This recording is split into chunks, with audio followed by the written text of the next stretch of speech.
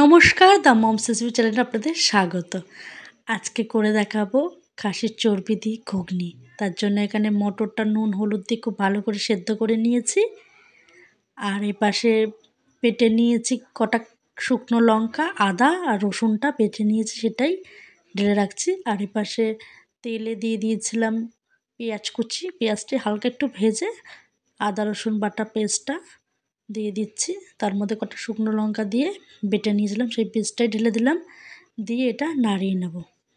এই যে নেড়ে নিচ্ছি, ভালো করে নেড়ে নিয়েছি। এর মধ্যে দিয়ে দেব লবণ, লঙ্কা গুঁড়ো আর হলুদ গুঁড়ো, আর দিয়ে দিচ্ছি খাসির মাংসের চর্বিটা দিয়ে খুব ভালো করে নেড়ে নিচ্ছি।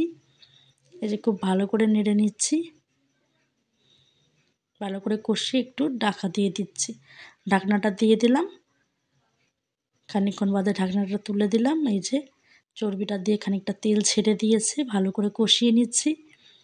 দেখুন কতটা তেল ছেড়ে দিয়েছে চর্বিটা থেকে, আর কালারটাও কত সুন্দর হয়েছে। খুব ভালো করে কষিয়ে নিচ্ছি, সামান্য একটু জল দিয়ে আবারও কষিয়ে নিচ্ছি। এটা খানিকক্ষণ ধরে কষাতে হবে। এই যে অনেকক্ষণ কষানোর পরে যে জল ছেড়ে দিয়েছে, কালারটা দারুণ সুন্দর এসছে। এবার মটরটা দিয়ে দিচ্ছি, সেদ্ধ করা মটরটা ঢেলে দিলাম, দিয়ে খুব ভালো করে নেড়ে নিচ্ছি।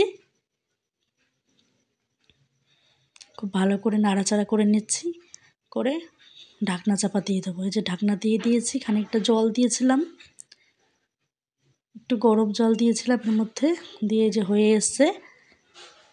উপর দিয়ে শাহি গরম মশলা ছড়িয়ে দিয়েছি। এই যে নামিয়ে নিয়েছি, রেডি আমাদের খাসির চর্বি দিয়ে ঘুগনি। ভালো লাগলে লাইক কমেন্ট সাবস্ক্রাইব করবেন, চ্যানেলটির পাশে থাকবেন। ধন্যবাদ।